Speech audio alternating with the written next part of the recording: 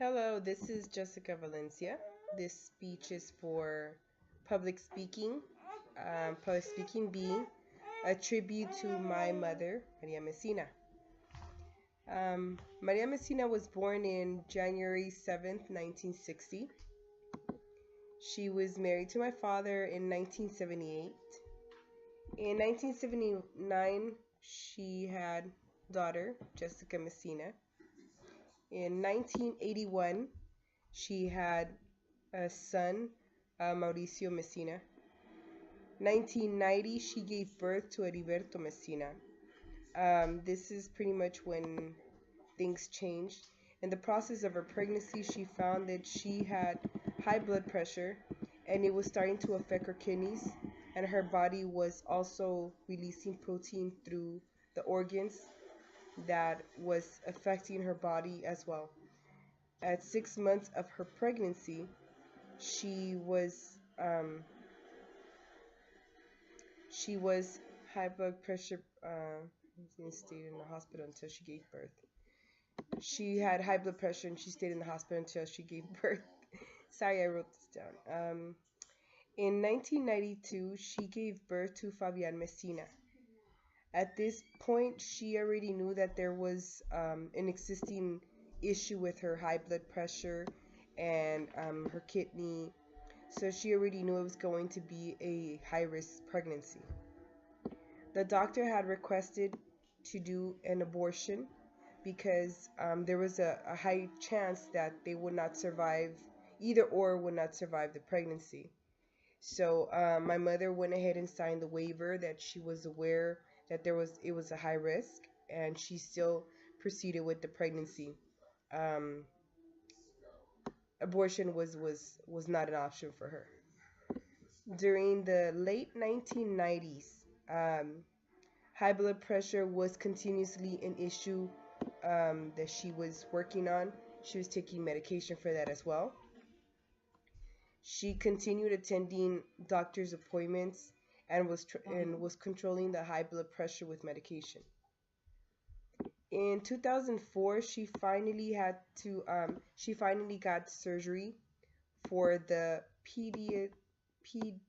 hopefully I can say this right, peritoneal dialysis.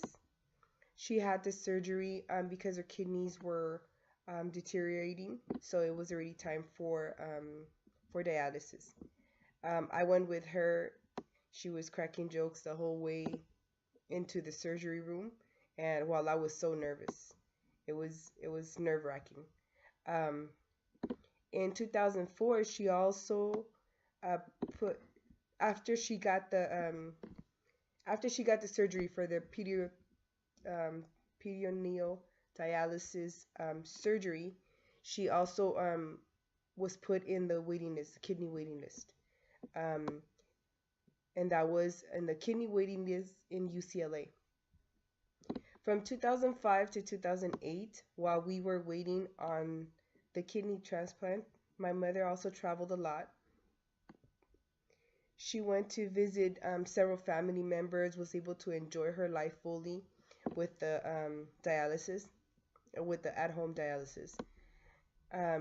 Yes, me and my brothers always together. We carried with the solution of her peritoneal dialysis, because it's boxes of solutions, boxes of liquids, and it was like about I think three bags that you had to do per day. So it was a lot of boxes that you needed to travel with if you were gonna go anywhere. And we all took turns. We all helped with boxes and everything. But we went everywhere, me and my brothers, and we also carried the dialysis machine with us. In 2009, we moved to Paris because we purchased a home. My mother was always with me. She went with me everywhere. So she moved to Paris with me.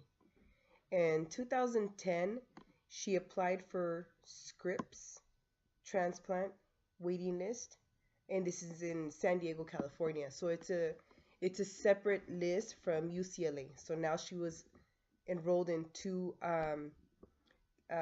kidney transplant waiting list. Um, so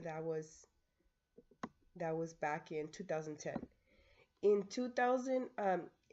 September 11, 2014, we finally got the call from Scripps Hospital that there was a matching donor for my mother.